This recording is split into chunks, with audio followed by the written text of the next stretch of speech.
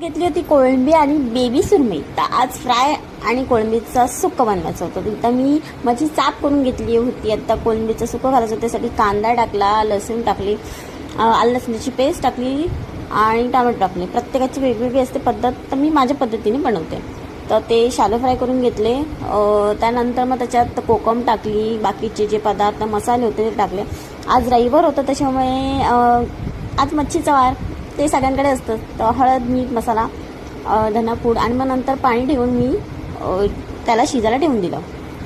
आणि त्यानंतर मग मी मच्छी फ्राय करायला घेतली. त्याच्यात पण मी बेसन, एका साईडला रवा, मसाला, मीठ ते बाजूला काढून ठेवून दिलं आणि नंतर मच्छीला मॅरिनेट केलं, मीठ, मसाला आणि कोकम वगैरे घेऊन. त्यानंतर तवा गरम झालेला होता, एकीकडे मी तापून आधीच ठेवलेलं. त्यानंतर मी ते रव्याच्या ह्याच्या बॅटरमध्ये घोळून ते फ्राय करून घेतले. एकीकडे माझी कोळंबी शिजत होती, मस्त सुका केलेला आणि म्हणजे चपात्या ऑलरेडी झाली.